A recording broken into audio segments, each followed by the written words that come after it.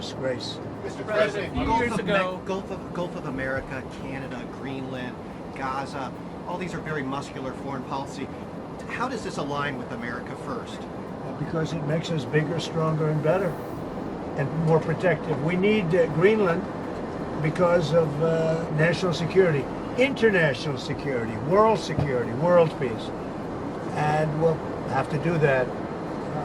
Canada, we'll see what happens with Canada, but the people of Canada would be paying less than half of the tax.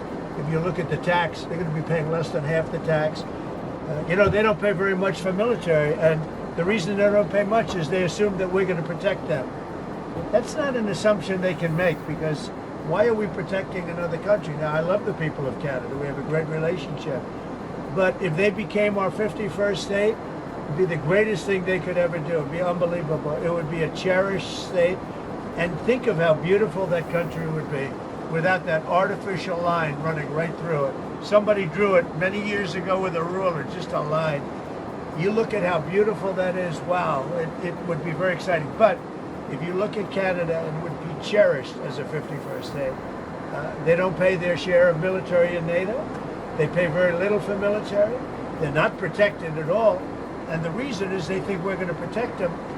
The other thing is we subsidize them to the tune of about $200 billion a year. If we stop doing that, if we stop allowing them to make cars through tariffs and other things, cars, trucks, etc., what they make, they're not viable as a country. So would you agree that it's a more aggressive foreign policy than your first term? And why is that? It's more aggressive. It's better. Why? Because I think I've had a lot of experience. And in my first term, I was fighting everybody because they were very aggressive toward me. I always said survival and taking care of the country, not necessarily in that order. But I had to take care of the country, but I had a bunch of lunatics like Pelosi and all of these people. They fought me, and we won. And, I had a lot of other things that were going on there. This time it's much more, they've lost their confidence.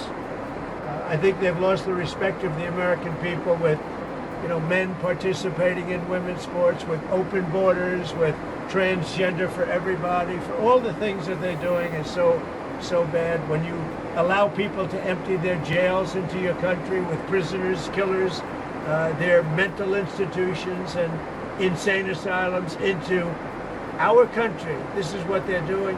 When you allow gang members from Venezuela, but many other countries coming into our country, we're getting them all out now. They've lost their credibility, but they've also lost their confidence. So I have more time to do what I want to do. So we're making our country larger. We're making our country stronger. And in the case of Canada, if this should happen, I don't know how they can do it without us, because without the U.S., Canada really doesn't have a country. They do almost all of their business with us. And if we say we want our cars to be made in Detroit, with a stroke of a pen, I can do that. And other things in addition to that would not allow Canada to be a viable country. Mr. President, you said you didn't